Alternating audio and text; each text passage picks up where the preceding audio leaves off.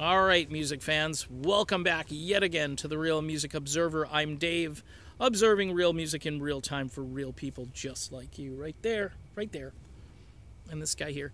Worst thing that happened in 2017, as far as the music scene goes, at least the music that I like to listen to, was the loss of Tom Petty. Not even close in my book.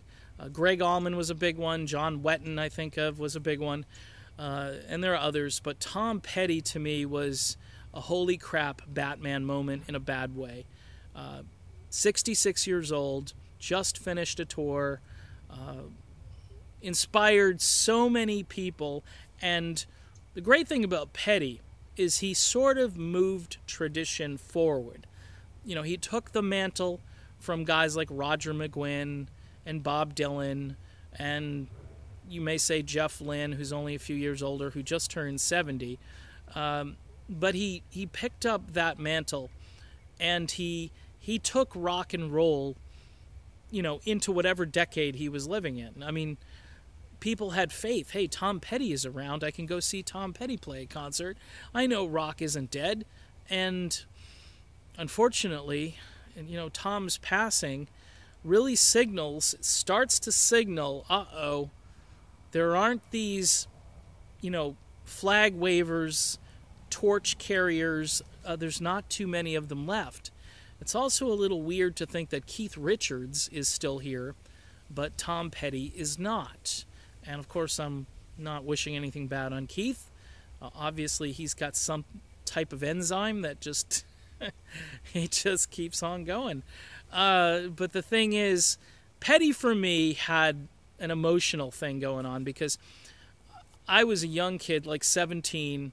I had this old beat-up car at the time, and we got, 3 high school kids plus myself, and we drove from Cape Cod to Worcester, Massachusetts. Never had been to the Worcester Centrum to see Tom Petty on the Long After Dark tour. And got my T-shirt, got my program. I just, you know, and the tickets were like $17. Can you believe this? And we were thinking, and by the way, we all could afford the $17. So you could see how, anyway, I don't want to get into ticket prices.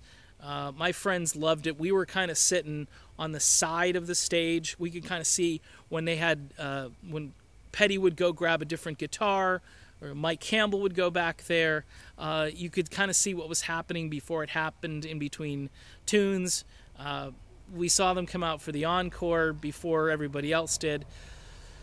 I just, to have seen Petty and then to have been so into Tom Petty for so many years, it was a rough one to hear that he had died. And then we had that period of about 24 hours where we weren't sure if he was dead, he was on life support, all that stuff, and it was just gut-wrenching. Finally, you know, I kind of ran with a video, but I did keep saying he could still be alive.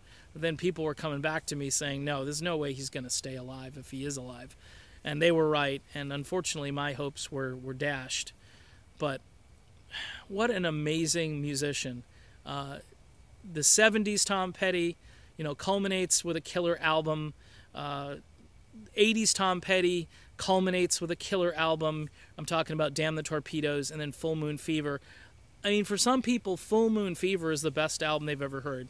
And I'm not going to argue with you. For some people, Damn the Torpedoes is the best album they've ever heard. Again, you know, you could argue, but I'd be arguing and just saying, okay, that's your opinion, this is my opinion. You can have that opinion, and I'm not going to really argue. I'll say, okay, well, this is what I like, you know. Tom Petty and the Heartbreakers, great band, too. And I know the guys, what are they going to do? There's nobody to replace Tom Petty. This is the thing.